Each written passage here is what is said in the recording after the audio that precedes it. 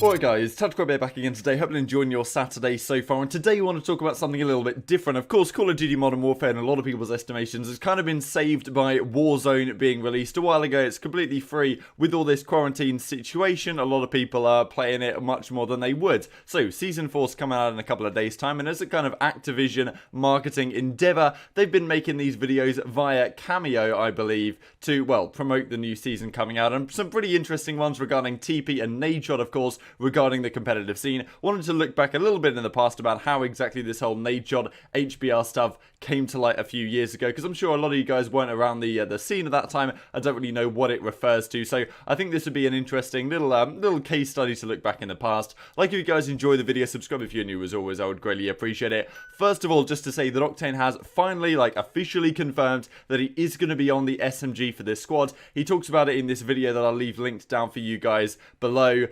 It's pretty interesting, right, saying that, look, in the team he was getting a lot of empty kills when he was on the main assault rifles. Akama's going to be main AR. He's playing like a flex role a lot of the times on the MP5, but sometimes on like an Azir Cave or something. Of course, he'll have the AR in hands instead. So yes, it's a strange change. I talked about this a few days ago that I don't really see this being the solution. Like, if this makes them a championship caliber team, I'm absolutely mind blown, right? Like, there's no way they're going to step up that much without some sort of roster change that we've seen from other teams. We've pretty much seen that all the teams at the top right now, with the with the exception of Dallas Empire and Atlanta FaZe, all the other squads that are right at that borderline have made changes quite recently. I just don't see that without a change, Surge can become anything decent, but we'll have to see how it goes. This was just a screenshot yesterday from our Huntsman scrims.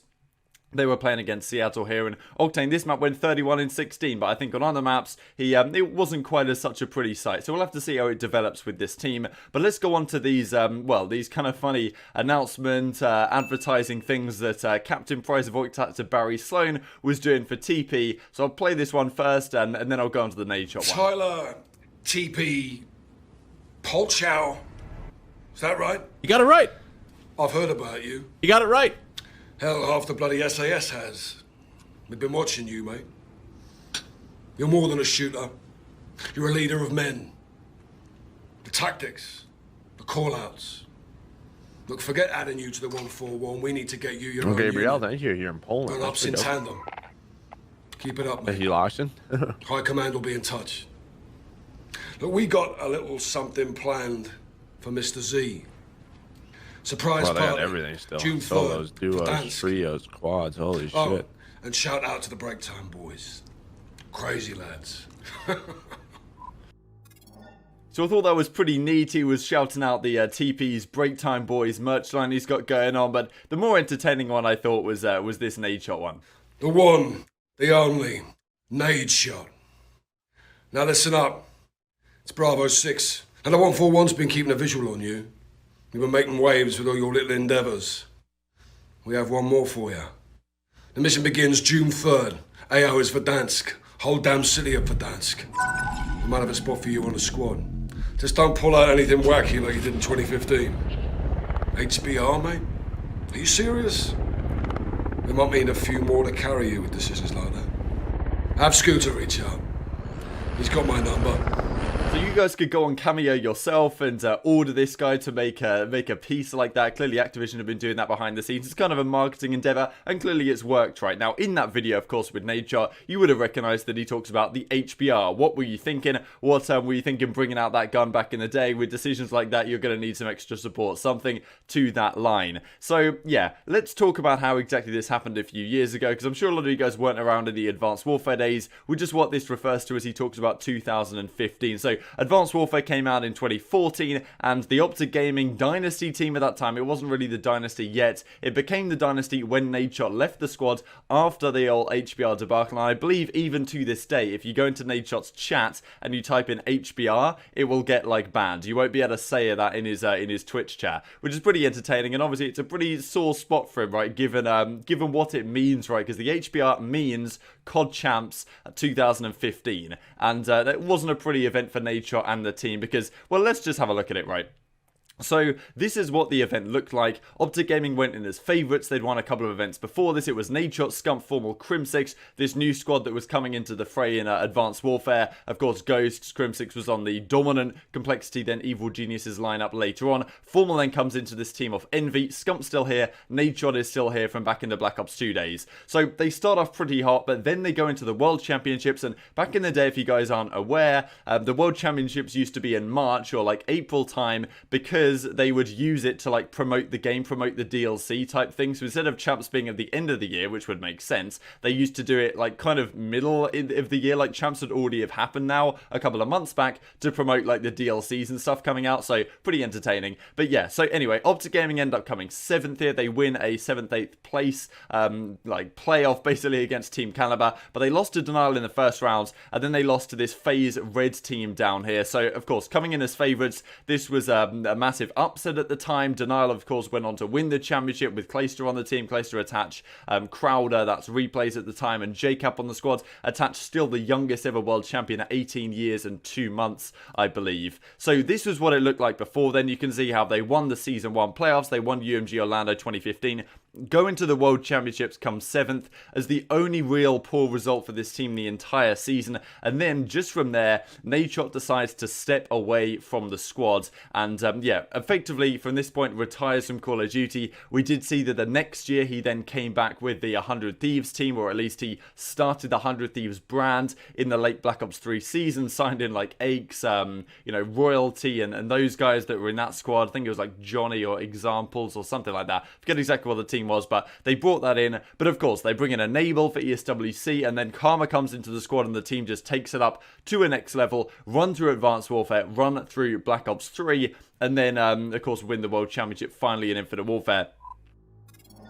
But this was the end of Nadeshot's career, right? Which is pretty incredible given how good it was looking coming up before this. But look, he didn't have the best event here, and we're just going to look through right here how this whole HBR situation went down. So in this matchup of OpTic Gaming versus FaZe Red, of course, the meta at the time was the ASM-1, which was the dominant SMG, and the BAL, which was the dominant assault rifle, right? And the great thing about the BAL was it fired really quickly, it did a lot of damage, but also the iron sights were super usable. Now, the HBR, there was also some other weapons that were considered, like sometimes GB kids would use the Amelie, which is an LMG, which is a super OP, and but it was kind of like gentleman's agreement, I suppose, not to use it. Then you also had the IMR, which was like a 4-round burst M8 type weapon, which reloaded its own, like regenerated its own ammo. Sometimes at S&D people would use that overkill with the shotgun, forget what the shotgun was called, but you could use that overkill. But in competitive play from the professionals, really it was only the ASM-1 and the BAL that were used, and then you had the Moors as the prevalent sniper rifle in play. However, towards the latter half of the game, people started to realize that the HBR was actually a pretty damn good gun. And in a way, Nadeshot was ahead of the curve here by pulling out the HBRs. I'll show you guys in a clip in a second, because the latter half of the title, GB kids were using a lot of the HBR. The downside of it was the iron sights were pretty horrible. The Insanity, you guys might remember that variant was obviously incredibly strong, but without that variant, you kind of had to use a sight on it and then probably stock and grip, something like that. But it was a very good gun. It did a lot of damage, but it didn't really get much use in the pro community throughout the entire season. But Nadeshot did try and make it work, and to be fair, it was viable, probably just wasn't the greatest time to pull it out. So as I'll bring up a clip on screen right here, in this OpTic Gaming versus FaZe Red matchup, they had a pretty good start to the map. Nadeshot pulls out the HBR for like, I think only 1 death or something like that before switching back to the ASM-1, and it really wasn't the factor in them losing the map, because they go up like 80 points when Nadeshot has pulled the HBR, like put it back in the back in his backpack,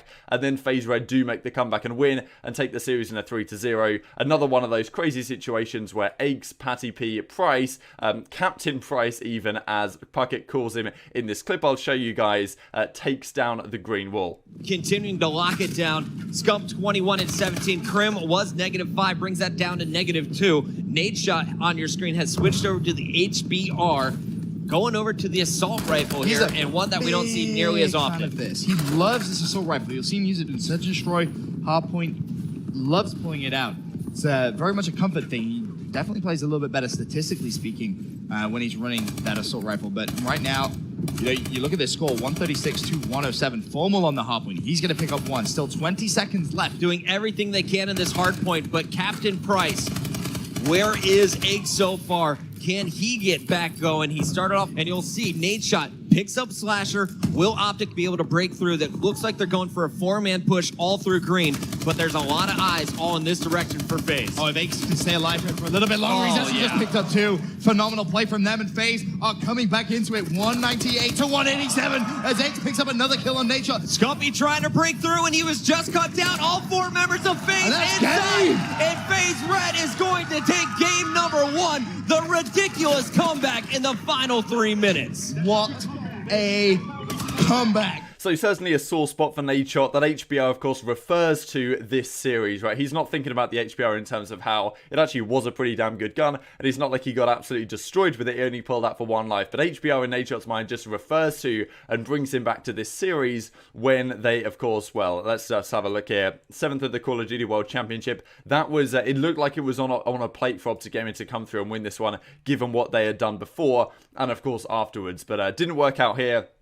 Nadeshot's career has ended, but he's gone on to become one of the biggest ballers in the entire esports scene. Not only is he running his own organization, which is right at the pinnacle of esports and pretty much the organization that everyone wants to join right now in 100 Thieves, but he's also streaming to tens of thousands of people, you know, day in, day out, right? And getting messages like this from Activision. So crazy, crazy stuff. Just thought I'd take a trip down memory lane for those of you who were about back in the day and just bring some more context to this whole situation for those who weren't. Just to finish off then with this clip from Crimsix. Yesterday he was playing Warzone with Charles Leclerc, a Formula 1 driver, and just teaching him a broken mechanic, the Call of Duty slide cancel. Thought this was pretty funny. Like if you guys enjoyed the video, subscribe if you're new. As always, I would greatly appreciate it. Thanks for watching. I'll see you next time. Put on tap. Yes, okay. Yeah. No, now try to do here. Hold on, wait. This is gonna be a fucking Twitter clip right here. Okay, and then...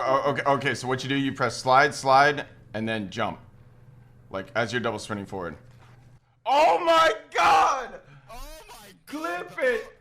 Teaching Charles how to slide cancel. Oh my.